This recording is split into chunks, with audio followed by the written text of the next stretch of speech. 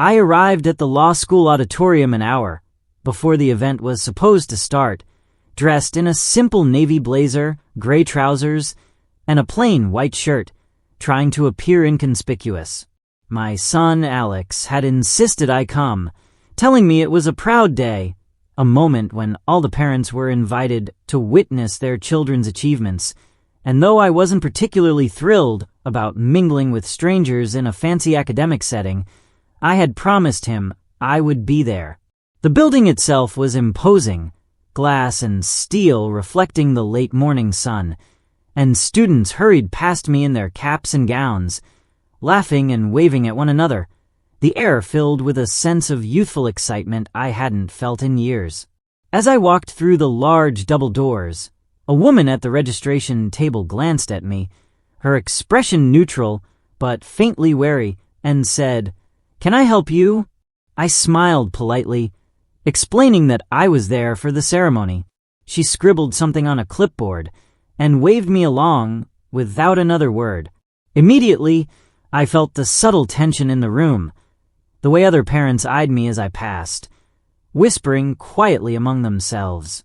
There was something almost imperceptibly off about their glances, and for a fleeting second, I wondered if my casual attire was making me invisible in a sea of tailored suits and elegant dresses.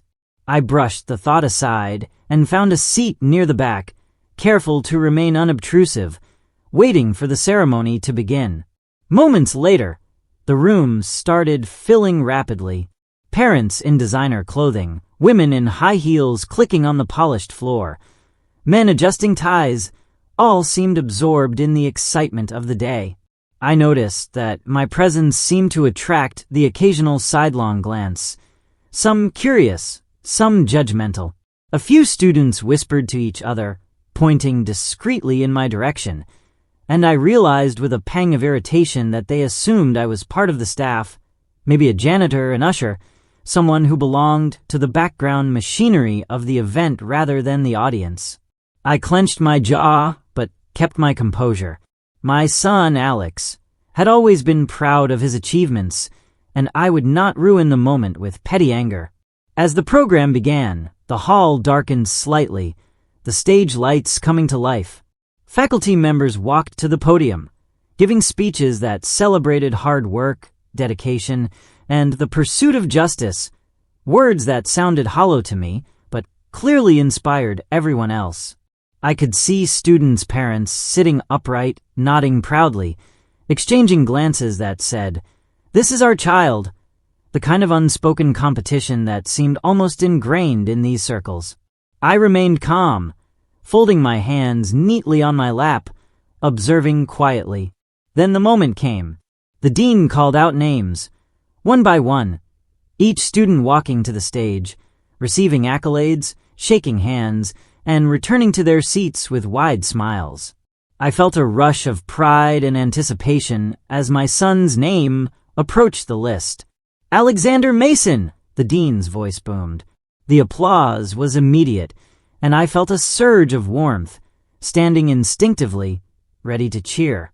But then, almost instinctively, someone at the edge of the stage leaned over and whispered to another faculty member, "Who's that man?" "The one in the navy jacket." I froze slightly, the words piercing through the ambient noise. It was clear they had all assumed I was staff, someone who had no right to be in the audience, someone who was just there. My blood warmed with a quiet indignation, not because of the mistake itself, but because I realized just how invisible someone could be when assumptions were made. Yet I stayed calm. I waited. Then came the most critical moment of the entire event. The dean continued, calling names, and then as Alex reached the stage, he glanced at me, his eyes lighting up. He mouthed, "Dad," and I rose fully to my feet, giving him the proudest smile I could muster. The room's attention subtly shifted, students turning to follow Alex's gaze.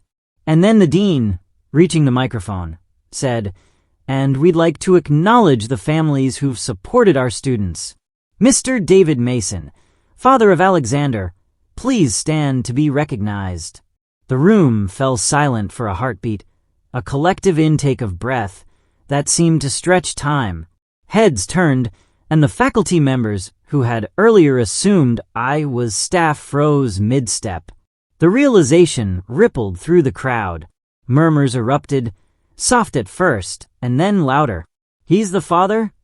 I thought he was one of the staff." "That's unexpected."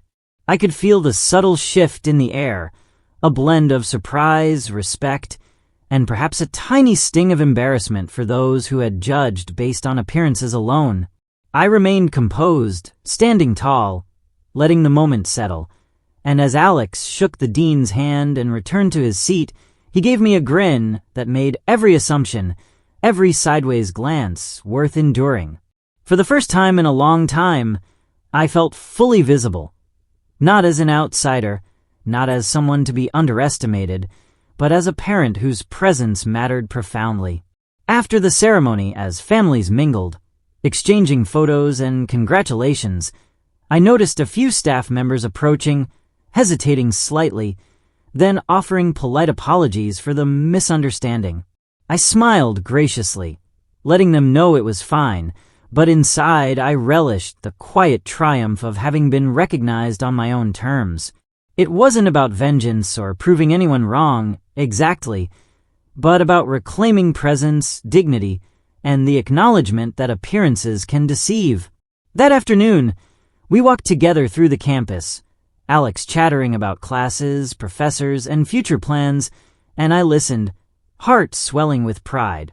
The event, initially tinged with subtle humiliation, had transformed into a moment of empowerment. I understood something vital that day. Respect isn't demanded by attire, wealth, or position. It is earned and recognized through patience, presence, and the quiet assertion of one's place in the world. Over the following weeks, I noticed subtle shifts in interactions. Those who had previously brushed past me in the corridors now offered courteous greetings. A few parents, curious and slightly embarrassed, asked me questions about Alex's achievements, and I answered them with warmth and precision, never condescending, but with a new air of authority that couldn't be ignored. At the next parent meeting, I was recognized immediately, and some even commented on how I had seemed understated yet confident, a man whose presence quietly commanded respect without overt display. And as I reflected on that day, the lesson became clear. Identity isn't defined by assumptions or superficial appearances, and recognition, when it comes, resonates far deeper than any outward show of prestige. My son, Alex, became a symbol of that truth. He had studied, worked, and persevered, and in his success, my presence was affirmed, unshakable, undeniable. In the months that followed, our bond strengthened, built not just on parental pride, but on shared experience, on the subtle victory of being seen for who we truly were. Every now and then, I would recall the whispers and glances from that day, the momentary judgment and invisibility, and I would smile quietly, savoring the satisfaction of having endured, having stood my ground, and ultimately having been recognized in a way that no one could diminish. And though no one else knew it, the memory became a touchstone of resilience, a story I would carry with me, reminding me that respect is less about how you enter a room and more about how you inhabit it. That day at the law school, mistaken for staff, had become a defining moment, not merely a lesson in appearances, but a testament to the enduring truth that presence, integrity, and unwavering support for one's child cannot be overlooked.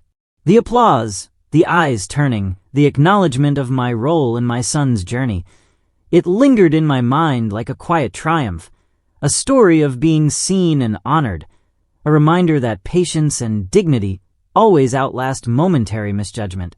And as Alex graduated, ready to embark on his career in law, I walked beside him with a heart full of pride, fully visible, fully acknowledged, and more certain than ever that the quietest victories are often the most profound, and that in moments of subtle humiliation lies the greatest opportunity for unspoken triumph, recognition, and the lasting affirmation of one's rightful place in the lives of those we love most.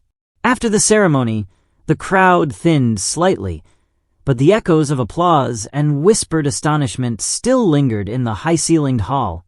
I walked slowly behind Alex, letting him lead the way through clusters of students and parents snapping photos, their laughter and chatter bouncing off the marble floors. People kept glancing at me, some in disbelief, others trying to mask the embarrassment of their earlier assumptions. I caught fragments of conversations as I passed. I thought he was staff. Can you believe it? That's the father? He looks normal. Normal. The word struck me with subtle force. I realized then that assumptions once formed are sticky. People cling to what they expect to see, often refusing to notice what is right in front of them. And yet, the recognition had shifted everything. Even in those whispers, there was acknowledgement, a subtle recalibration of respect. Alex noticed the attention, his grin widening. "Dad," he said quietly, "you handled that perfectly. Nobody could have done it better." His words warmed me, but I remained aware of the eyes lingering on us, a combination of curiosity, admiration, and, I would admit, lingering doubt. As we stepped outside, the sun was bright and warm, cutting through the late morning chill. Families gathered for group photos near the fountain at the center of campus, the water sparkling in the sunlight. I let Alex join his friends and professors while I lingered in the background, observing. I noticed one mother, elegantly dressed, whispering to her daughter as she subtly pointed toward me. Their expressions were a mix of shock and newfound respect. The same reaction mirrored across several small clusters. It was almost comical, really, how quickly perception could pivot from assumption to acknowledgement just because a name had been called at the right moment. I allowed myself a quiet smile, savoring the subtle, unspoken victory. Later, as Alex moved toward the parking lot with his friends, I walked beside him, my hand resting lightly on his shoulder. He spoke excitedly about his professors, the internship offers he'd received, and the late nights he'd spent poring over case studies, and I listened intently. And yet, my mind kept returning to that moment when the dean had called my name, the shift, the realization that my presence mattered. That fleeting, silent triumph lingered like a pulse in my chest. The drive home was quiet, the city streets crowded with midday traffic, but inside the car, a gentle serenity settled. I thought about the subtle ways society judges people, by clothing, posture, age, or appearance. Today had been a lesson in patience, poise, and the power of being seen for who you truly are. That evening, I sat alone for a while, reflecting on the day. I recalled the whispers, the sideways glances, the tiny smirks of disbelief, and a slow, satisfied pride spread across me. It wasn't just about the recognition of being Alex's father. It was about reclaiming presence in a world that so easily overlooks quiet dignity. And I realized something profound. Appearances may deceive, but actions, relationships, and steadfast support create truths that cannot be ignored. Over the next few weeks, the subtle reverberations of that day continued. I noticed former skeptics making small gestures of respect, faculty members nodding with genuine recognition, and even some parents seeking advice about supporting their children through law school. Alex's friends approached me, curious and respectful, and I answered with warmth, never condescending but always firm. I saw that my quiet composure and patient presence had created ripples that reached beyond the auditorium.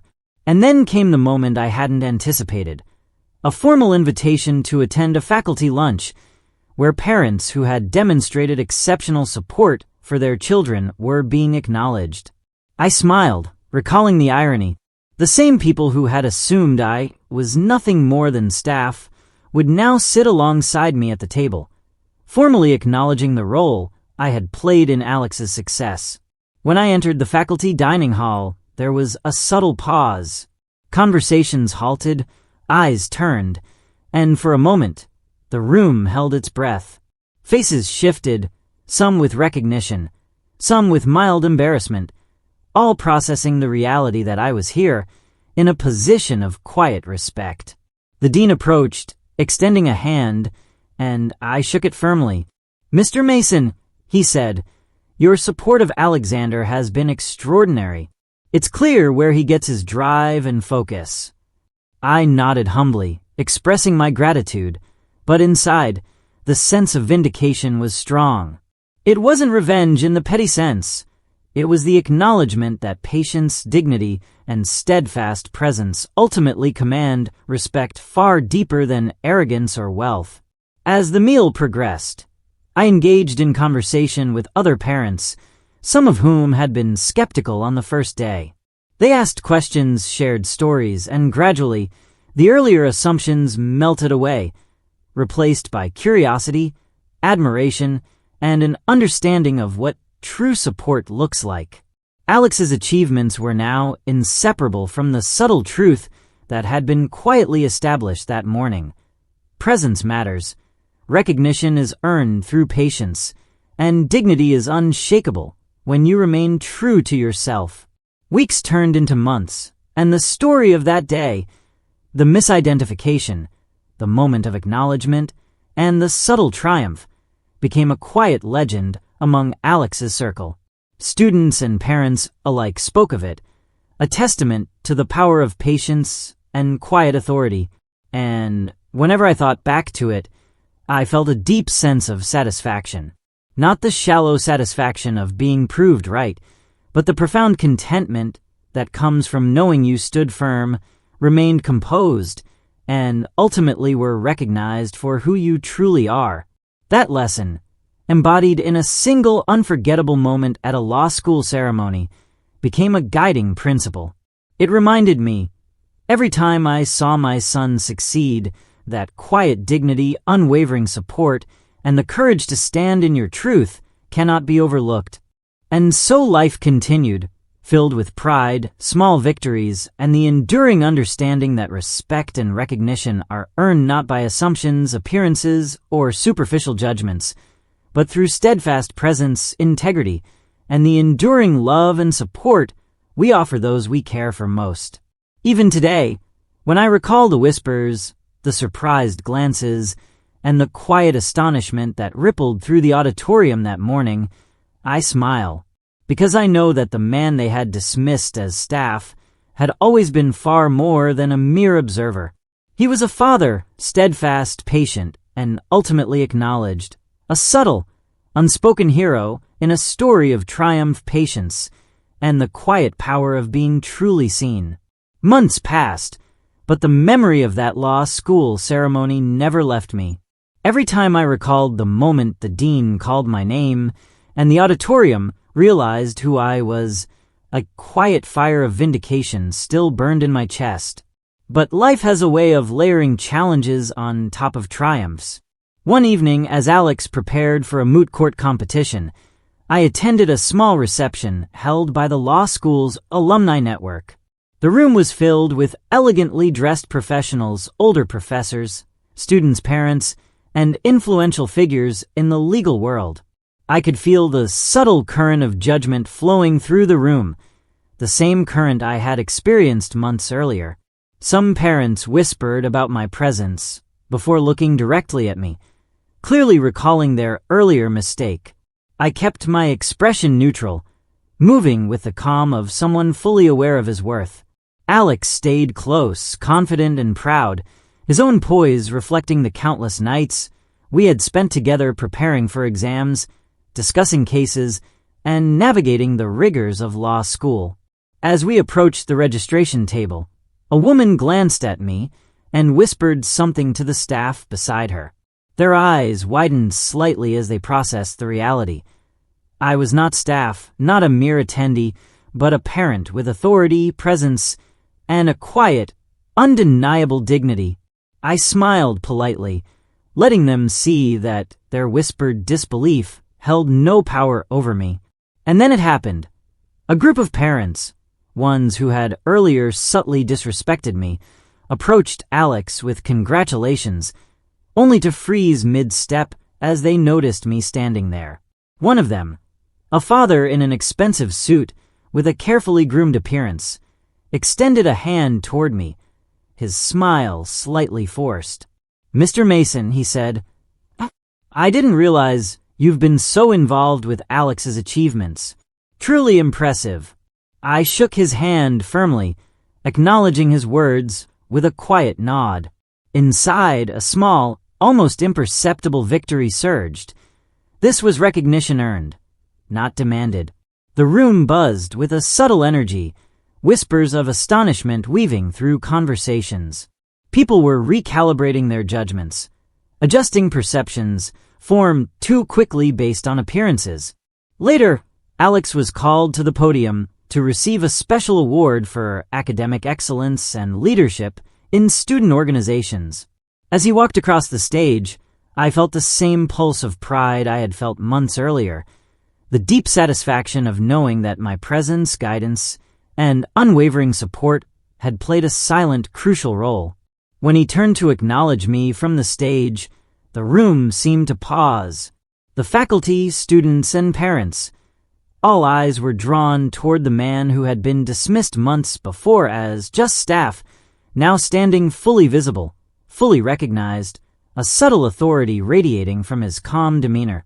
I realized then that respect is not about who speaks the loudest or wears the finest clothes. It's about consistency, integrity, and the quiet determination to show up when it matters most. After the ceremony, a few parents approached, asking how I had guided Alex through his rigorous studies, internships, and leadership challenges.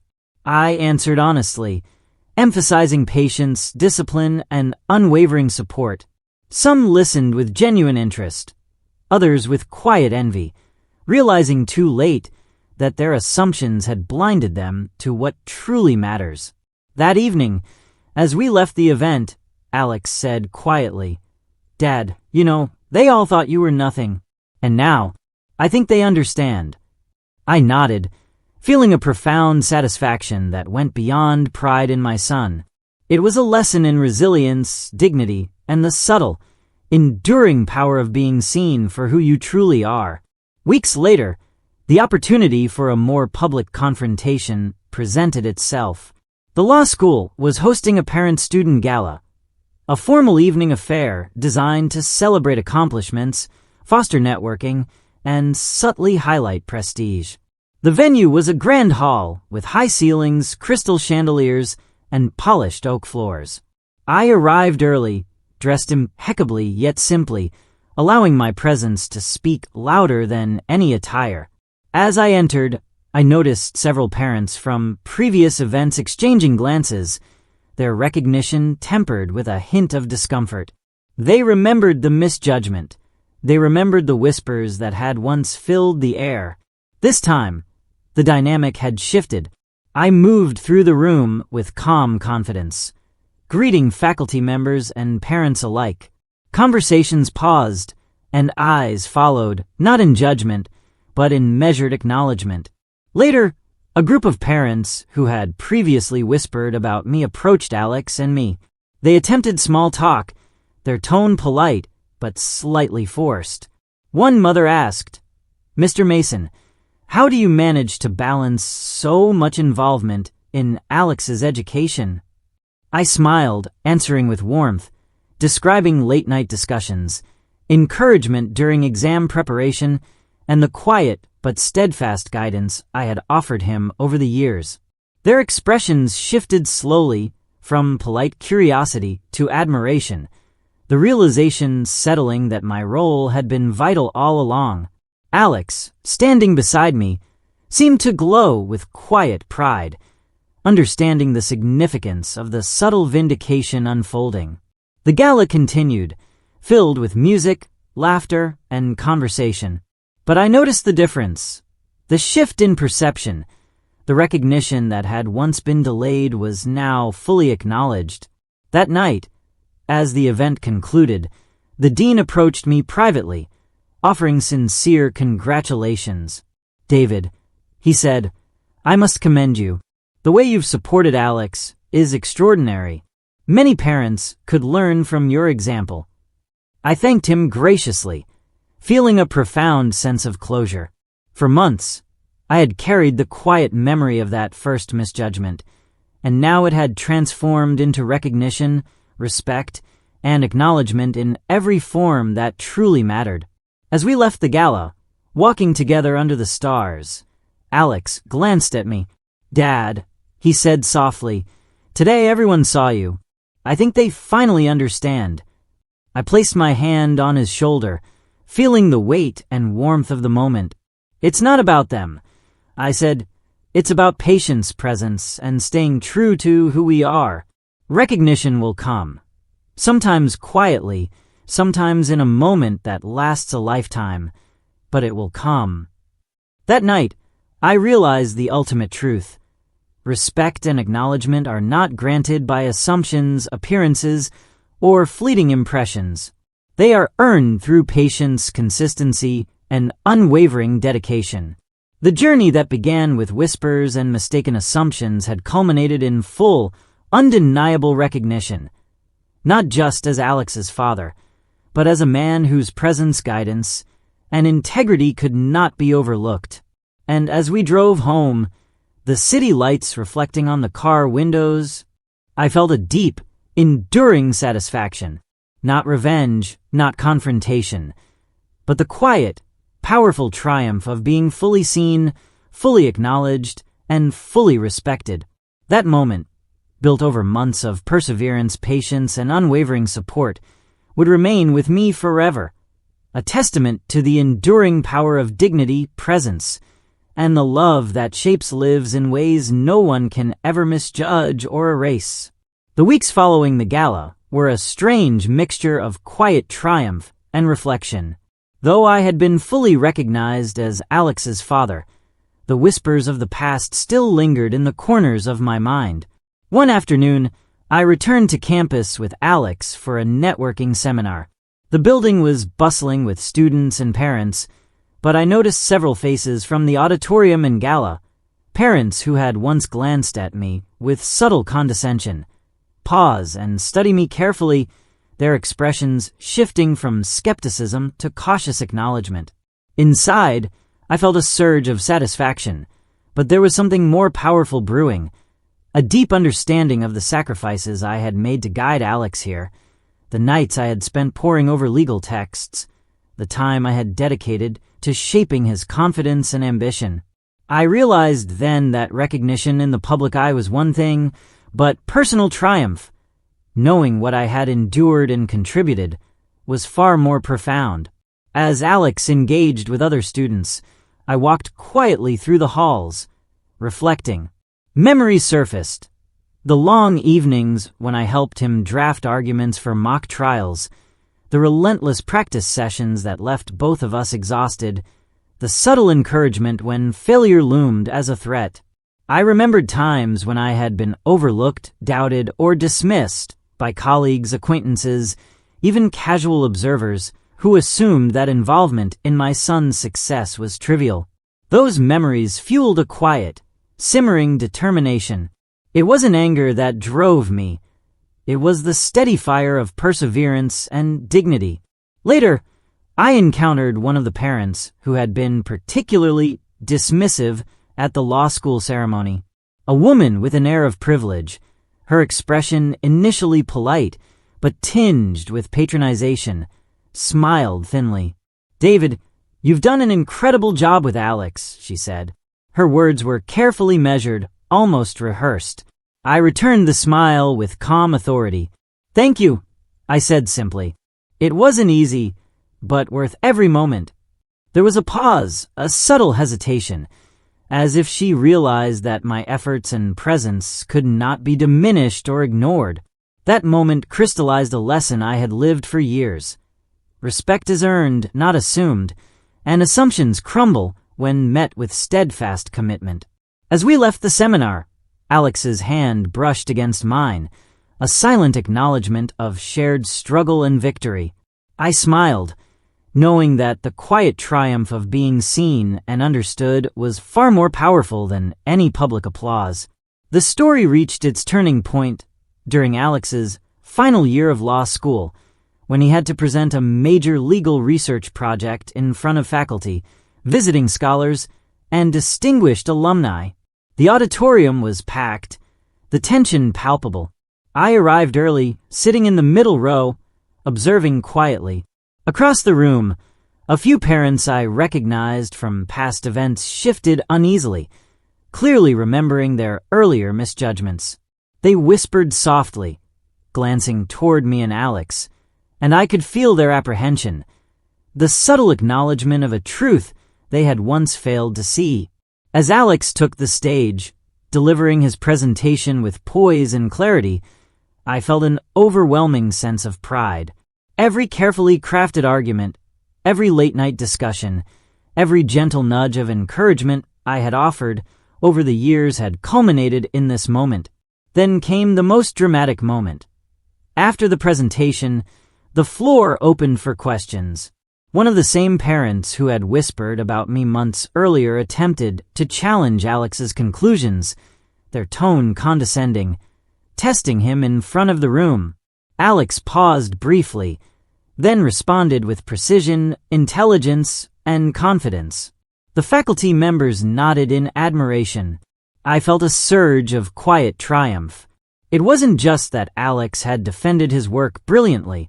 It was the subtle, almost poetic justice of witnessing those who had doubted me now silently acknowledging the depth of my guidance and support. When the Q&A ended, applause erupted. I stood, clapping along with everyone else, feeling a profound satisfaction that went far beyond pride in my son. The recognition of my role in shaping him, through patience, dedication, and unwavering presence, was now undeniable, and it resonated deeply within me. That evening, as we walked through campus under the soft glow of streetlights, Alex turned to me. "Dad, I couldn't have done this without you. They might have doubted, but I never did." I squeezed his shoulder gently, feeling the weight of the journey we had shared. "I know," I said softly, "and you never should. That's the real victory." The culmination came at graduation. The law school's grand auditorium, adorned with banners and flowers, was filled with families, students, faculty, and honored guests. I arrived early, standing slightly apart from the crowd, observing quietly as the room buzzed with anticipation. Parents and students chatted, photographs were taken, and the subtle hierarchy of wealth and status played out in gestures, attire, and casual boasts. Across the room, familiar faces, the same parents who had once judged me, glanced my way, their expressions now marked with recognition and perhaps a hint of regret. The ceremony began, speeches were given, and finally the moment arrived. The graduates were called to the stage. As Alex's name echoed through the hall, I rose without hesitation, my heart swelling with pride. He walked with confidence, shaking hands with the dean, and turned briefly toward me, a small, victorious smile playing on his lips. Then came the turning point. The dean, addressing the audience, said, "We would like to recognize the families who have exemplified extraordinary support for our students. Mr. David Mason, father of Alexander Mason, please stand to be acknowledged." The room seemed to pause. Gasps and murmurs rippled through the audience. Heads turned. The parents, who had once whispered, pointed, or judged, now looked at me with unspoken acknowledgement.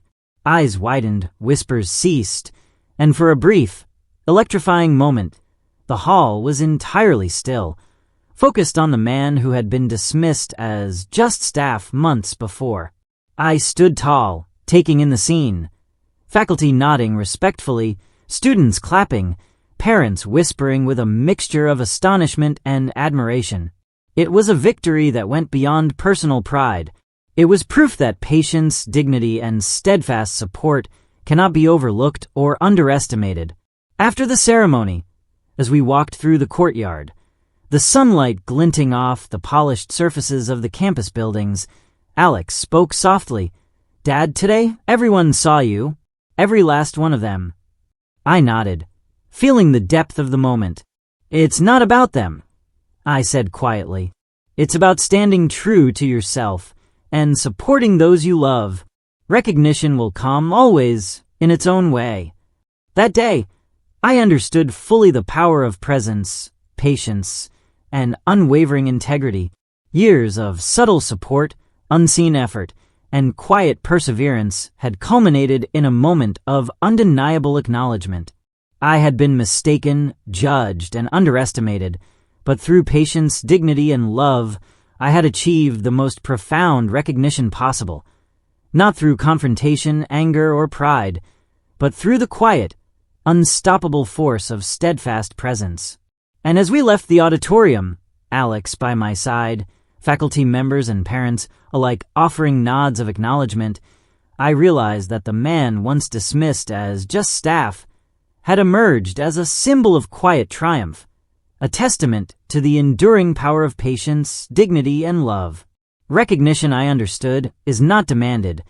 It is earned, and when it comes, it resonates far deeper than any fleeting assumption, judgment, or misperception.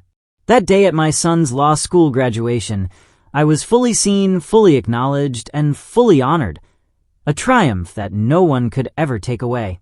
After the graduation ceremony, life did not suddenly slow down. If anything, it became quieter in a way that forced reflection.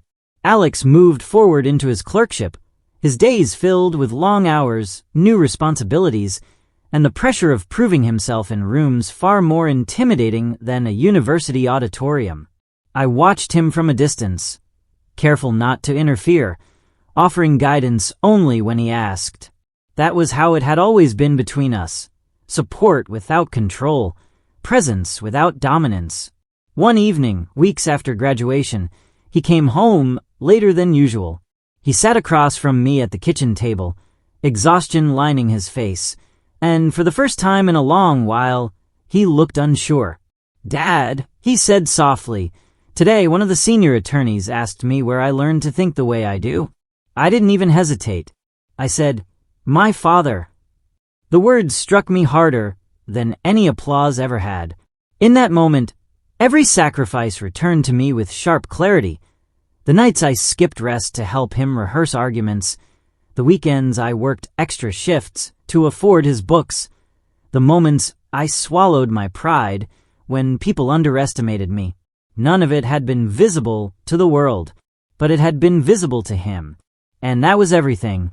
As the months passed, Alex grew more confident, more grounded.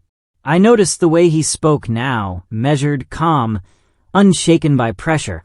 The same way I had stood in that auditorium when they mistook me for staff. The same way I had carried myself through every quiet dismissal, every unspoken judgment.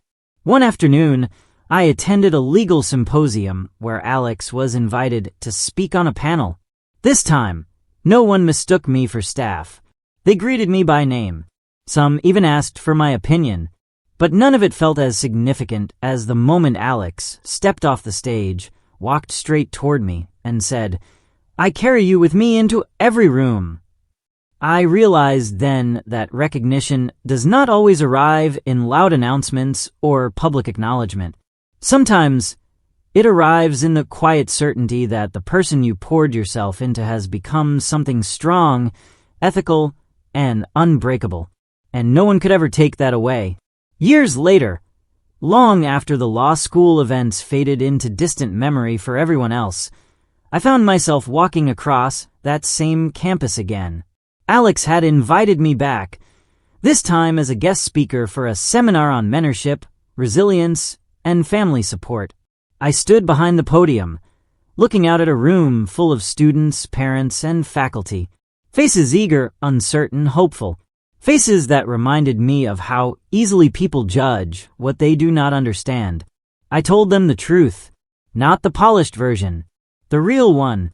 I spoke about being overlooked, about being mistaken for less than you are, about standing quietly in rooms that do not recognize your value, and choosing dignity anyway. I spoke about sacrifice that goes unseen, about love that does not announce itself, about the power of staying present, even when no one is watching. When I finished, the room was silent, not the awkward kind, but the heavy, reflective silence that means something has landed. As applause finally rose, I stepped down and saw Alex standing at the back of the room. He wasn't clapping. He was just looking at me, eyes steady, full of respect.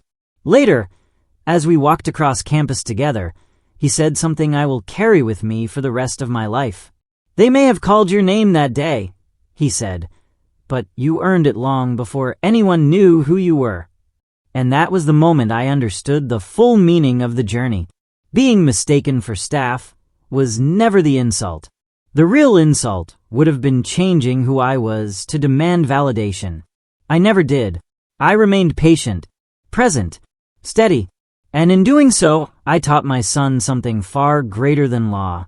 I taught him how to stand, how to endure, how to let integrity speak louder than appearances. The world will always misjudge. It will always assume. It will always overlook quiet strength. But in the end, truth has a way of rising, calm, undeniable, and permanent.